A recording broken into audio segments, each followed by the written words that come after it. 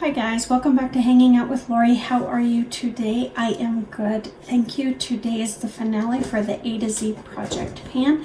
This was hosted by the Pantastic Ladies Facebook group. A to Z Project Pan, we take all the letters of the alphabet and assign an item to each letter that represents it, whether it's like the letter A is in the name, like the eyeshadow is called Awakening, or maybe it's the color,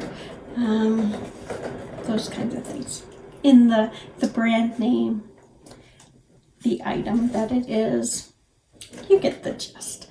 We're just trying to put an item in for each letter of the alphabet.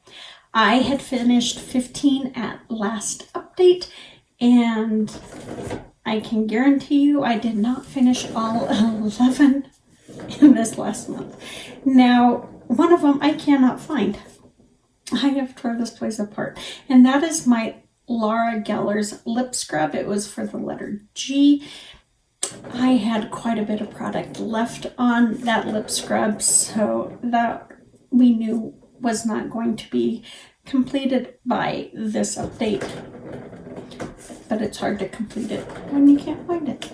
So that one, I can't show you where I'm at, but know that it's not done.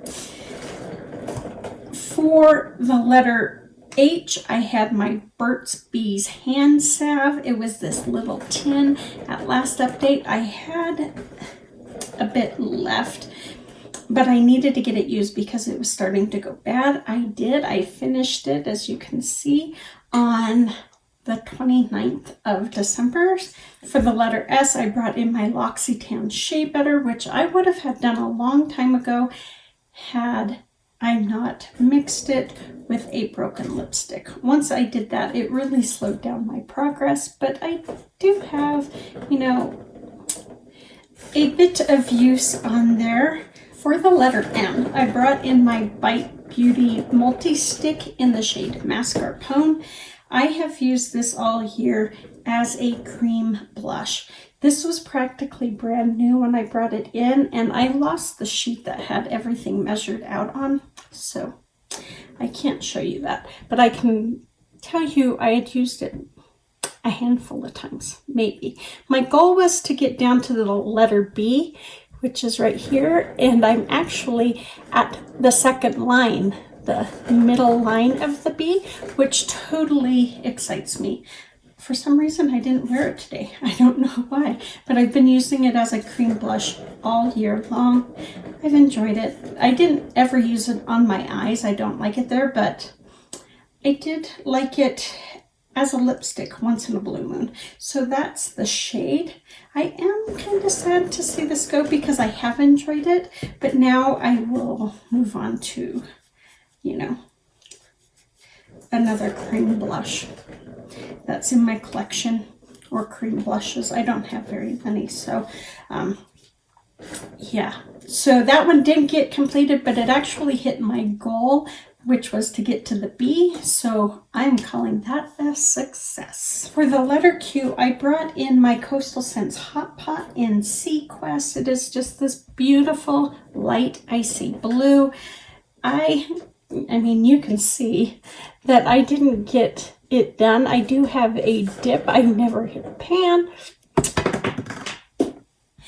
And I throw it around.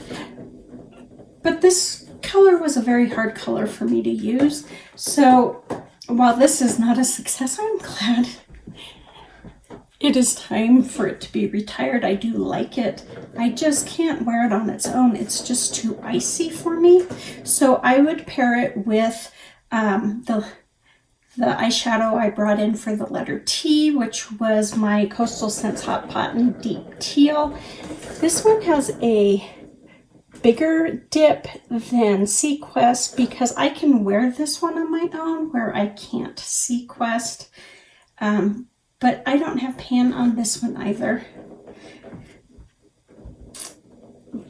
But the dip is more significant. It is a beautiful shade, and I think the two together are very pretty, but I did not finish that at all. Another eyeshadow that I had in this project was for the letter E for the word eyeshadow, and that was my Pacifica Prism palette, and I brought in Mars. Now Mars, as you can see, has a little dip. I don't know what that little hole is there.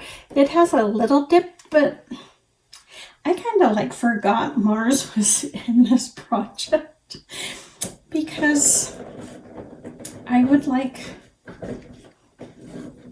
never use it, especially on looks that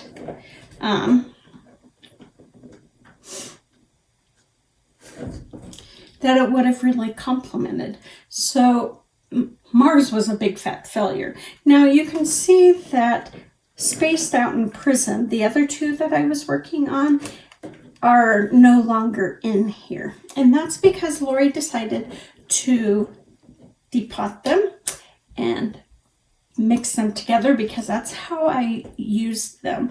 Now Prism had a significant pan in there, and I think I would have been able to finish it had I just left it alone, but I didn't. I mixed the two, and this is where I am at on it. It's pretty thin. I mean, there's not a lot of product in this pan, but that is it. So mixing it together, I did not finish this eyeshadow, and now I have a new pan of eyeshadow, but it's definitely less than there would have been had I not depotted it. I might have finished the one, but I definitely wouldn't have finished spaced out because I spaced out without Prism doesn't look good on me. So it was, well, for the project, this probably was something I should have done at the beginning. For me now, this is a good move because then I can just finish this up and, you know, move it out of my collection. One that I basically quit using because I don't like them. Do I need them? Probably, but I use so many oils. Cuticle oils just, they don't hit my radar. I never think about them. And so my Adeste New York cuticle oil is at the same line it was at like early summer. So yeah, this one, big fat failure on my part, but it happens.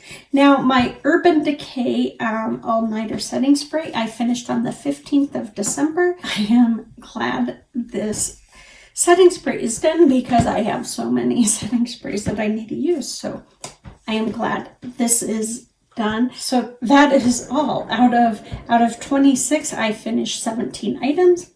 Most of these were a success in my book. As far as I'm concerned, only 2 were a big fat fail. The Mars eyeshadow and the cuticle oil. Just because I'd forget to use them. So those can't be a success if you don't even try. So that is all I have for you for my A to Z project pan. Thank you for all your love and support, guys. You take care, and I will see you next year. Bye.